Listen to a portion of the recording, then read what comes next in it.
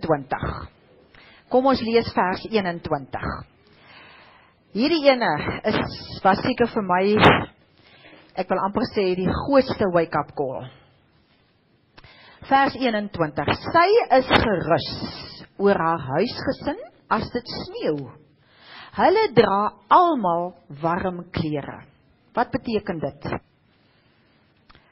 Sy is gerus oor haar huisgesin as dit sneeu. Haar huisgesin is alle gelowiges. Alle ander gelowiges met wie sy al te make gehad het.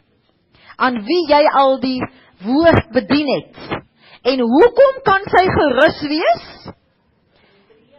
Hulle is by die Here, hulle ken die waarheid, hulle weet hulle is konings, hulle weet hulle moet heers, hulle weet hulle moet onvoorwaardelik in die woord glo en op die woord staan, en hulle moet geen kakos in hulle lewens toelaat nie. Reg?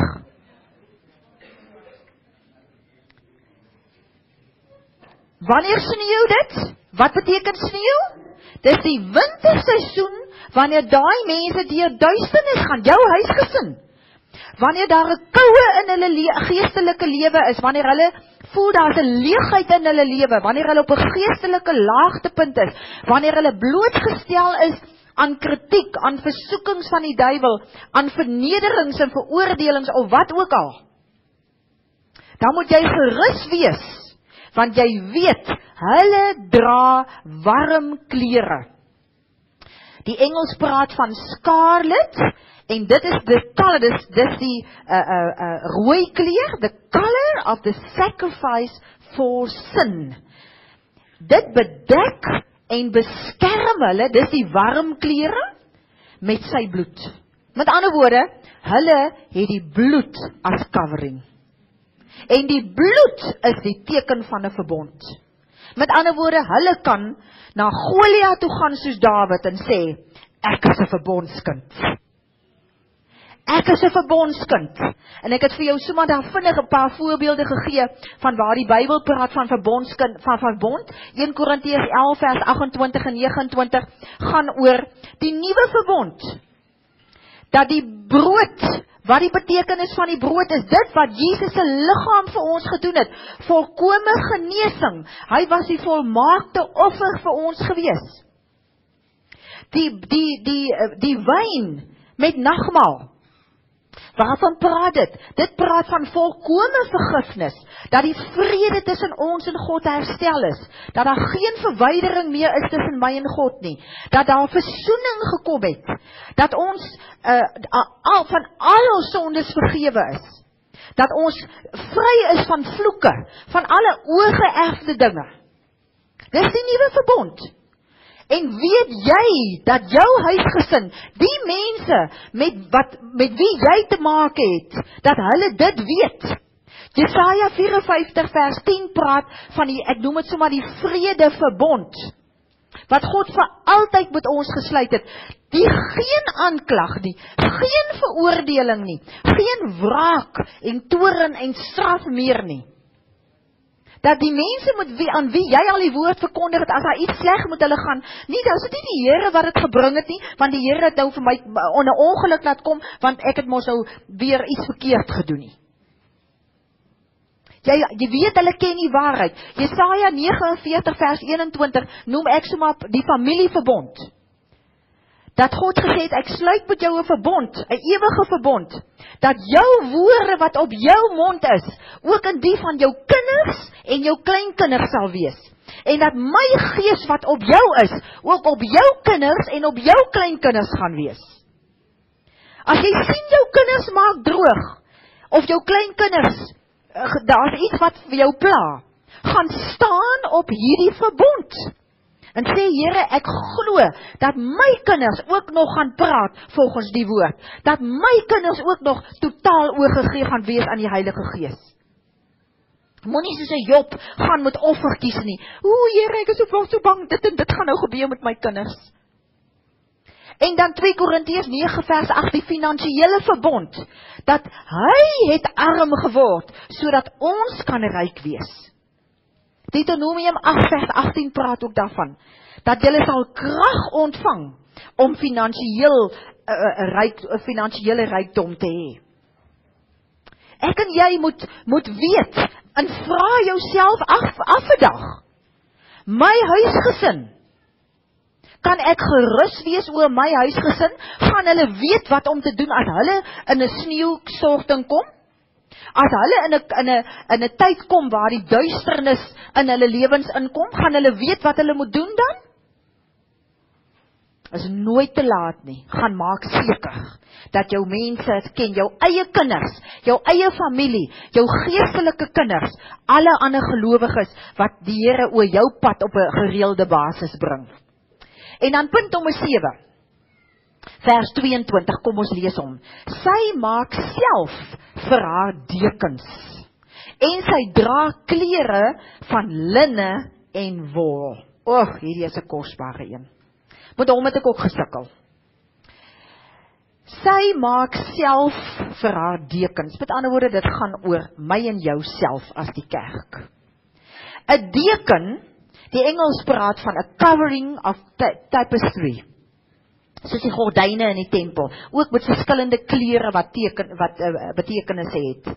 Maar as jy gaan kyk in Spreuke 7 vers 16, op jou aantekeninge, daar staan, ek het 'n deken oor my bed gegooi, kom ons drink van die liefde. Ek som dit nou so vinnig op. So as ek en jy op ons deken gaan lê wat oor ons bed uitgegooi is. 'n Bed is 'n plek van rus, stem julle saam? En die deken is dan op daai deken is waar ek kan in daai rus ingaan en waar ek God se liefde kan leer ken. En ek en jy moet nooit so besig wees dat ons nie in 'n plek van rus in kan gaan nie. 'n Plek van rus is die Sabbatsrus, waarvan Hebreërs 4 praat, en hy sê daar, ons moet rus van ons werk. Weer eens, mense, dit gaan nie oor performance nie.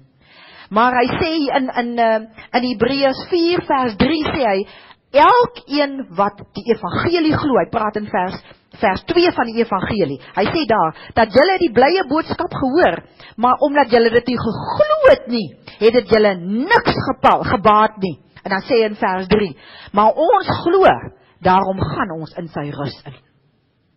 Weereens, ek en jy het altyd die woord. Die woord wat ons kan spreek, as jy op jou bed gaan lê en met die Here praat en jy dink aan dit wat verkeerd is en dit wat jou bekommer en dit wat sleg is en dit wat nie reg is nie, glo in die woord. Neem autoriteit met die woord. Spreek die woord en jy sal in God se rus kan ingaan. En die liefde, ek het daar Romeine 8 gesê, jy moet weet, hoe het Jesus sy liefde aan elkeen van ons geopenbaar? 1 Johannes 4 vers 10 sê, werklike liefde is dit. Nie die liefde wat ons vir God het nie, maar die liefde wat hy aan my en jou bewys het, aan elkeen van julle, toe hy gesê het, ek is bereid om my seun te laat doodmaak, sodat jy kan vrykom. Dis liefde. En daarin is ons oorwinning. Gaan lees daai hele stuk in Romeine 8, van vers 35 af, eintlik van vers 31 af. Hy sê, wie kan jou aankla? Wie kan jou veroordeel? Hy sê, enige iets kan jou oor jou pad kom. Die vyand, die duiwel, lyding, teenspoed, teenswoordigheid, allerhande goeters, benoem hy daarop. Hy sê, maar ons is meer as oorwinnaars, as ons die liefde van God ken, ons wat in die liefde van God is. As jy daar op jou bed lê, moet jy weet, maak nie saak wat in jou lewe gebeur nie. Ek lê op my deken en ek word gevul met hierdie liefde, hierdie wete van my God wat my so lief het. Hy sal sorg dat whatever ook al in my lewe nie reg is nie, dat dit sal regkom. Hoe? Deurdat ek die staan op die woord. Deurdat ek weet dat hy kan baie meer doen as waarvoor ek kan dink of bid voor. Deurdat ek staan op die woord, glo in die woord, spreek op die woord en net eenvoudig in die vrede van God ingaan. In daai ruservaring, in plaas van ek gaan nou dit probeer. Ek en jy doen net wat die Here vir ons sê ons moet doen. Moenie jou eie plannetjies maak nie. En op so 'n manier dra ons klere van wol. Wol spreek het ons net maar gesien, whiteness and purity. Maar in die Engels praat van purple wol. En dit spreek van 'n koninklike priesterdom. 1 Petrus 2 vers 9 sê, julle is 'n koninklike priesterdom en julle moet die lig gaan uitdra. Dit spreek van 'n koninklike priesterdom, spreek van dat ek en jy moet heers, moet regeer, moet autoriteit neem oor my lewe, oor jou lewe. Wat beteken dit as ons heers oor ons omstandighede? Dan heers Satan nie meer nie. Dan heers die wêreld nie meer nie. Dan heers jou depressie nie meer nie. Dan heers siekte nie meer nie. Dan heers jou sonde, wat jy doen nog nie meer in jou lewe nie. Maar die woord heers. Die Here heers deur jou as 'n koninklike priesterdom. Ons dra klere van purple, koninklike priesterdom en linne, wat spreek van, wat hulle sê, silk is in Engels, wat spreek van moral purity and righteousness. Kom ons som dit op, daai stukkie, 'n heilige lewe. Om te doen wat die Here wil hê jy moet, om te leef volgens wat die Heilige Gees vir jou sê wat om te doen. Mense, dit gaan oor keuses maak. En waar, ek wil terugkom met wat ek net maar gesê het, dit is so kosbaar dat hierdie goed word, net elke keer op 'n ander manier word hy dit weer gesê, wat ek net maar gesê het. Hoe word my en jou keuses bepaal? Die keuses wat ons maak, volgens wat sê die woord. Enige besluit wat jy moet neem, wat sê die woord? Dis jou norm, dis jou standaard.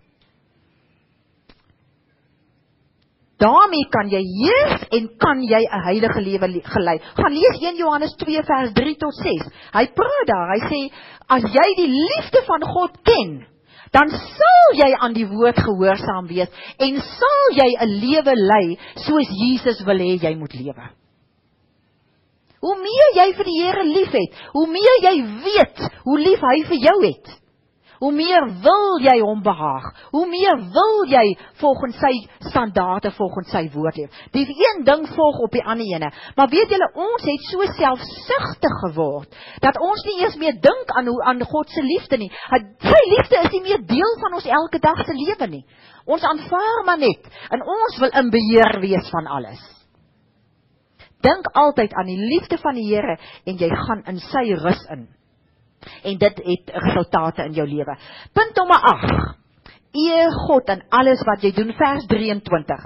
Haar man is wel bekend by die stadspoorte, waar hy saam met die leiers beraadslaag. Waarvan praat hy hier? Haar man, weer eens, is die Here, God, is wel bekend by die stadspoorte. Die stadspoorte is die plek, die sosiale sentrum waar besigheid gedoen word. Mense, by jou werk, daar waar jy besig is om geld te verdien, waar jy met mense te doen het om te onderhandel, waar jy huis koop, wat jy ook al doen, moet die mense weet, jy vra wysheid van die Here af. Moet hulle weet, die Here is jou bron. Moet jy vir die Here erkenning gee vir dit wat daar gebeur. OK?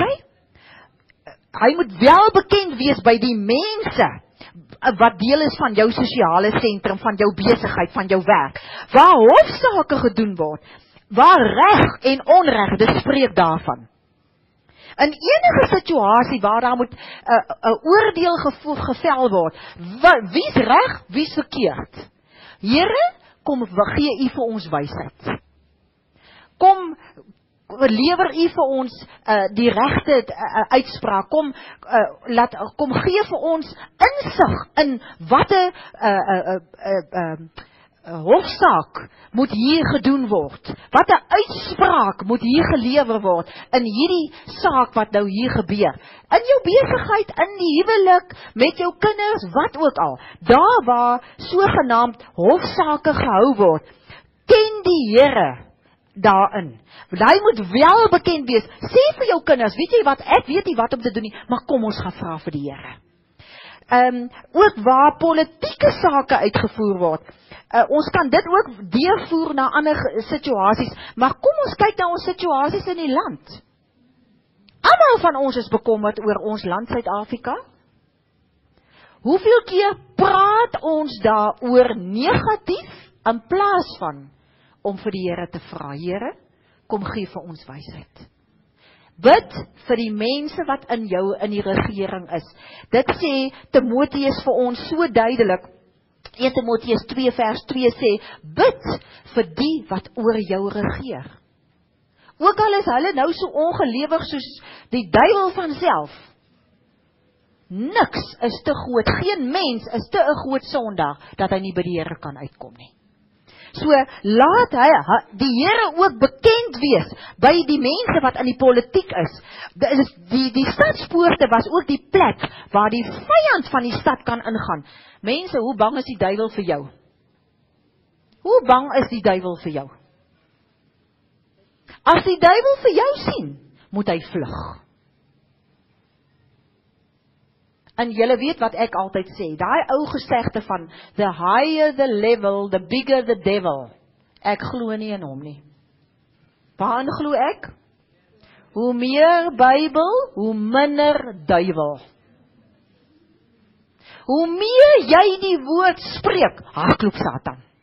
Hoe meer jy vir die woord gaan raad vra, en die woord in jou lewe hê, en die woord as 'n scepter het, hoe meer gaan die duiwel vlug.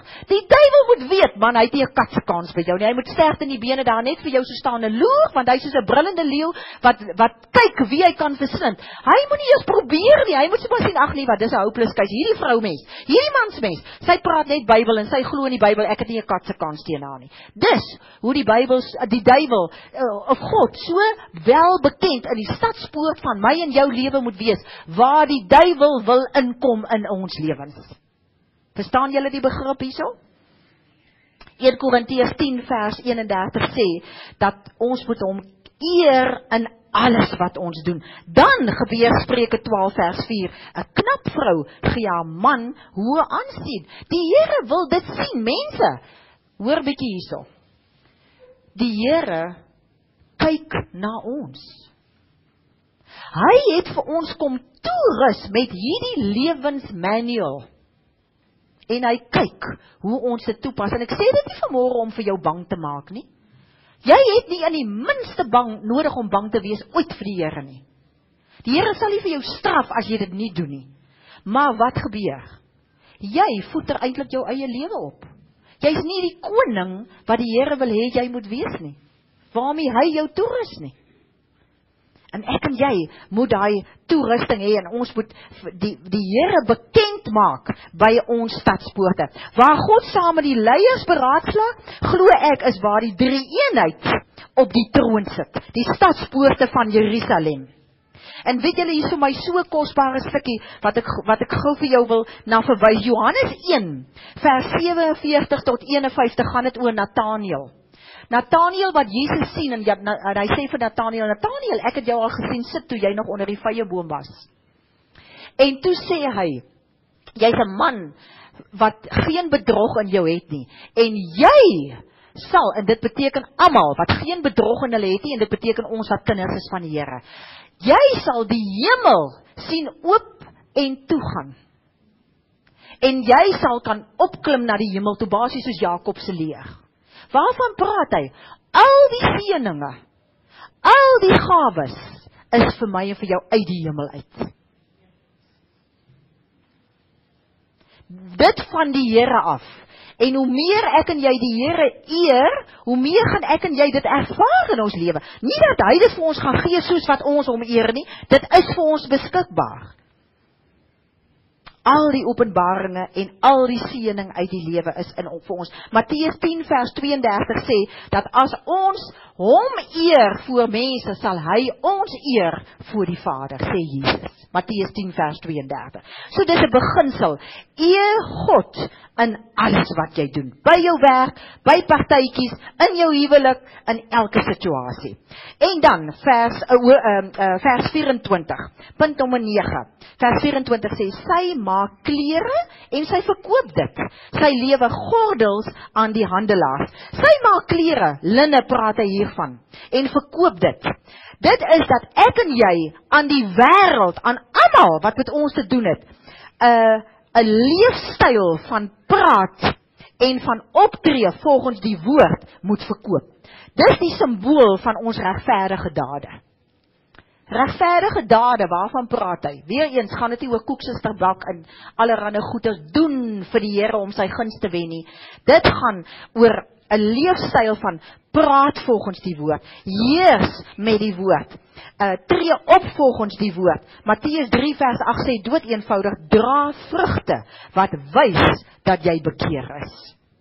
En sy lewe gordels aan handelaars, dis die simbool van strength for action. Lukas 12 vers 35 sê, dat ons moet ons heupe omgord wees, en wees gereed. En Psalm 18 vers 40 sê ook, dat ons moet met krag omgord wees.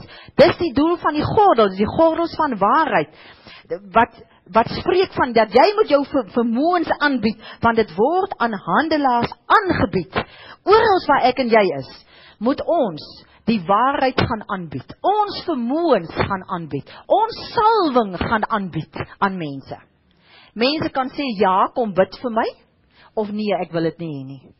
Ek glo nie. Maar ek en jy het die opdrag om te gaan en altyd besig te wees om hierdie gordels te maak en te gaan aanbied vir mense met wie ons te doen het. Kom ons kyk by die 10de punt, vers 25. Alles aan haar spreek van 'n sterk en 'n edel persoonlikheid. Sy ken geen kommer oor die toekoms nie. Hier gaan dit oor jou persoonlikheid. Dit gaan oor 'n sterk en edel persoonlikheid, byvoorbeeld 'n kalm persoonlikheid. Geen aggressie, geen moods, geen uitbarstings nie. Dis 'n kalm persoonlikheid. Of ook emosionele volwassenheid. Deesdae die moderne diagnose wat gemaak word vir enige iemand wat se lewe uitmekaar uitval is, hulle is bipolêr. Julle dit al gehoor? Julle ken ook 'n klomp mense wat bipolêr is. Ek is baie jammer om te sê, ek mag vir jou skok vanmôre. Bipolêr is maar net 'n ander manier van sê, dat daai persoon se gevoelens is in beheer van sy lewe. Emosionele onvolwassenheid. Ek is jammer om dit te sê, maar dit is so. Ek en jy mag nie toelaat dat ons emosies ons lewens beheer nie. Wie moet ons lewens beheer? Die woord, die Heilige Gees. Integriteit is 'n eienskap van 'n sterk en 'n edel persoonlikheid. Integriteit wil ek sommer opsom, jy doen wat jy weet wat reg is, ook al sien niemand jou nie, en niemand sal vir jou ompraat nie. Dis integriteit. Jou siel moet in lyn wees met die woord. En ek het vir jou Matteus 8 vers 20 daar neergesit. Daai vers is 'n baie interessante vers, en ek het daai vers nooit verstaan nie. Daar staan, jakkalse het gate, en voëls het neste. Maar Jesus het nie 'n plek om sy kop neer te lê nie. Weet julle wat die betekenis daarvan? Jakkalse, wat doen hulle met gate? Wat doen hulle in hulle gate? Bly hulle heeldag in hulle gate? En voëls, sit hulle heeldag op hulle neste? Hulle sit net op hulle neste as hulle kleintjies grootmaak. Jakkalse is net in hulle gate as hulle kleintjies grootmaak. Hoekom sou Jesus daai twee goed 'n verband moet gebring het met, hy soek 'n plek om sy kop neer te kom lê. Jesus soek 'n plek waar hy sy kop kan kom neerlê om sy kinders groot te maak. Met ander woorde, sy kop moet in my kop inkom. Ek moet beginne dink soos Jesus. Ek moet beginne praat soos Jesus. Ek moet beginne leef soos Jesus. Mense na my kyk dat ek kan sê, daar stap 'n kind van die Here. Sy kop is op my skoot neergelê. Is dit nie wonderlik nie? Dit was vir my 'n openbaring gewees. Ek skryf sommer net, my siel, my manier van dink, moet in lyn wees met die woord. Dit is 'n sterk en 'n edel persoonlikheid. Hy sê ook hier vers 25, ek het geen kommer oor die toekoms nie. Mense, daar's net een manier om geen kommer oor die toekoms te hê nie, en dit is dat ek het 'n vaste geloof in God se beloftes. Ek het the mind of Christ. Ek dink soos die Here en ek het geen negatiewe gedagtes nie. Dis die enigste manier hoe ek kan geen kommer oor die toekoms hê nie. Goed, en dan vers 26 sê, dat as sy praat, ek en jy as die kerk, is dit met wysheid. As ons leiding gee, is dit met liefde. As ons praat, is dit met wysheid. Jakobus 1 vers 26 sê, as iemand godsdienstig is, met ander woorde, hy glo in die woord, en hy kan nie sy tong in toom hou nie, is sy godsdienst waardeloos. So belangrik is dit, dat ek en jy, wanneer ons praat, met wysheid van bo moet praat, waarvan Jakobus 3 vers 15 tot 17 sê, in plaas van wysheid wat aards, sinlik en duiwels is. Hy maak daai onderskeid. Dis of wysheid van bo, of dis wysheid wat aards, sinlik en duiwels is. Julle Jakobus 3 praat van die tong het baie mag. Vers 6 sê, dat ons tong is soos 'n vuur. Dit steek ons hele lewe aan die brand, asof uit die hel uit. Ons moet besop wat ons praat. As ons praat, moet dit met wysheid praat. En as ons leiding gee, moet dit met liefde wees. Die King James sê, in her tongue is the law of kindness. Met ander woorde, as ons leiding gee, as ons vir mense raad gee, moet dit met 'n sagtheid, met 'n vriendelikheid, met respek en moet begrip wees. 1 Petrus 3 vers 8 tot 11 praat daarvan. Met ander woorde, nie ongeskik nie mense afjak gee nie. En mense veroordeel en kritiseer en kwaad praat van mense nie. Maar met liefde. Met 'n omgee. En dan vers 27 sê, sy hou goeie toesig oor haar huishouding, lui is sy nie. Om toesig te hou, beteken oor haar huishouding, beteken om die ander gelowiges, of hulle nog babas in die Here is, of jong mense in die Here is, of volwassenes in Christus is, almal van hulle gaan leer sy vermaan hulle en sy waarsku hulle. Volgens die woord altyd. Lui is sy nie, die King James sê, eat not the bread of idleness. Met ander woorde, sy sit nie op haar agterwêreld te sê, ek het nou genoeg vir hierdie mense gepreek, ek is nou klaar met hulle nie. Nou moet hulle maar sien, kom klaar nie. Ek het nou al 10 maal vir daai ou gesê, jy speel met vuur, so nou los ek jou uit nie. Nee, lui is jy nie, jy doen moeite om te help.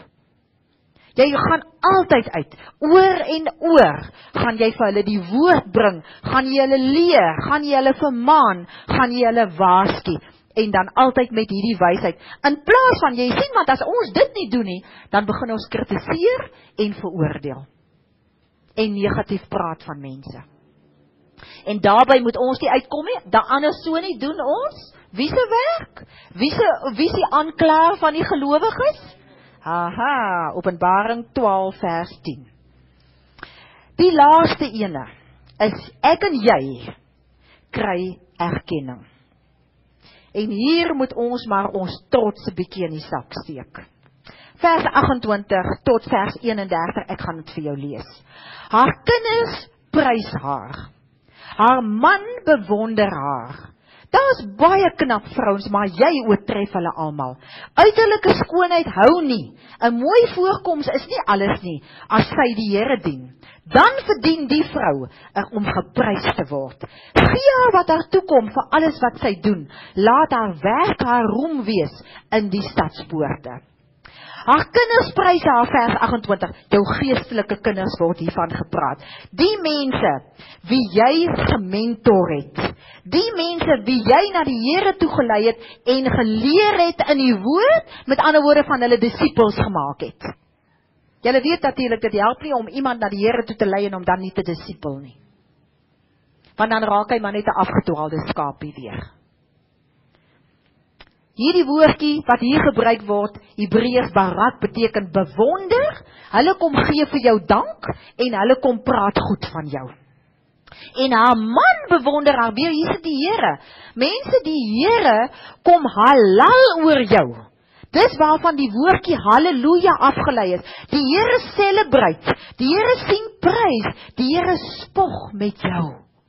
As jy geestelike kinders het, wat jy na die Here toe gelei het, wie jy gedisipel het. Dis hoekom Sefanja 3 vers 17 sê, die Here stil bewonder jou en hy stil tevrede in sy liefde vir jou. Johannes 12 vers 26, mense hoor hierdie ene, daar staan, ek sê net die laaste deeltjie, as jy die Here dien, elkeen wat die Here volg, en hom dien, staan daar, hy sal die Here eer. En ek het altyd gedink, nee, hoe kan die Here vir my eer? Tot ek hierdie besef het. Die Here wil vir jou kom eer, en vir jou kom spog. En weet julle, kry vir julle daai prentjie, hoe die Here met die Heilige Gees praat, of met God praat, en sê, kyk nou weer daai kind van my, kyk hoe lei sy na die, kyk hoe getrou is sy, kyk hoe help sy die mense reg, kyk hoe vat sy die mense aan die arm, die wat nog so in die wêreld lewe, en lei hulle uit, om meer te weet van my af. Dis wat die Here wil kom doen, hy wil ons eer. En vers 29, daar's baie knap vroue, baie gelowiges met ander woorde, wat God se doel met hulle lewens as medewerker in sy diens, en 'n getuie vir hom uitvoer. Maar jy oortref hulle almal, en dit moet jy vanmôre weet. Elkeen van julle, wat vanmôre hier moet sit, moet weet, dat die Here vir elkeen van julle wil sê, weet jy, ek weet van alles wat jy al gedoen het, hoe jy mense reg gehelp het, hoe jy mense raad gegee het, hoe jy mense na die Here toe gelei het, hoe jy ingestaan het vir ander mense, hoe jy gebid het vir mense, wat siek was of wat deur swaar tye gegaan het. Jy is knap, jy is die knapste van almal. Met dit waarmee ek jou toevertrou het. Vers 30 gaan, is dat ek en jy as die kerk, as 'n knap vrou, ons moet weet, uiterlike skoonheid en 'n mooi voorkoms hou nie. Waaroor gaan dit? Dit gaan oor 'n voorgee en 'n valsheid om tydelik vir die Here te probeer goed doen. Ek hoop julle hoor wat ek hier probeer sê. Weet julle, dit gaan nie oor, ek gaan nou probeer om 'n goeie getuienis vir die Here te wees nie. Ek gaan nou probeer om dit en dit vir die Here te doen nie. Nee, daar moet 'n ware, opregte hartsverandering wees, wat jy nie anders kan as om uit te leef nie, omdat jy die Here eer. Met ander woorde, jy is wat jy is, en jy doen wat jy doen vir die Here, en nie vir mense nie. Gaan lees maar daai 2 skrifte daar. En dan sluit ek af met vers 31. Ontvang dank en eer en bewondering vir wat jy gedoen het. Want, hoekom? Jy roem nie in jouself nie. Jy pat jouself nie op die skouer en sê, ek is 'n meer deegsame vrou as wat daai ene is. Of ek is tog beter disipel as daai ene nie. Ek het al meer mense na die Here toe gelei as daai ene nie. Ek het meer autoriteit as wat daai ene het nie. Want hoekom nie? Jy roem in die vrug en die oes in mense se lewens. En ek wil net vir jou quote wat in 2 Korintiërs 10 vers 17 sê, julle kan al hierdie ander skrifte gaan lees. Die skrif sê, hy wat roem, moet in die Here roem, die man wat homself prys nie, maar die een wat deur die Here geprys word. En dis die knap kerk. Dis die Nuwe Testamentiese kerk, die persoon, ek en jy, wat vanmôre gaan opstaan en sê, ek wil as 'n koning heers. En hoe gaan jy dit doen? Net met die woord. En wanneer jy daai hemelse openbarings kry, en net meer en meer die woord hoor, meer en meer wil hoor van die woord, sal jy kan uitgaan in die bediening waarvoor die Here vir elkeen van julle geroep het om hier op aarde te wees, hoe klein of hoe groot ook al. En jy gaan uitgaan met daai waarheid, en met jou salwing, en met jou vermoëns, en met jou manier van doen, soos die Heilige Gees jou lei, en jy gaan al hierdie goedes doen, wat ons vanoggend gesê het. Mag die Here elkeen van julle seën. Kom ons sluit af 'n gebed. Here Jesus, so baie dankie vir u kosbare woord. Dankie dat ons vanmôre op 'n nuwe manier 'n kykie kon kry in wat u planne en u verwagting en u doel met elke mens wat vanoggend hier is, het hier op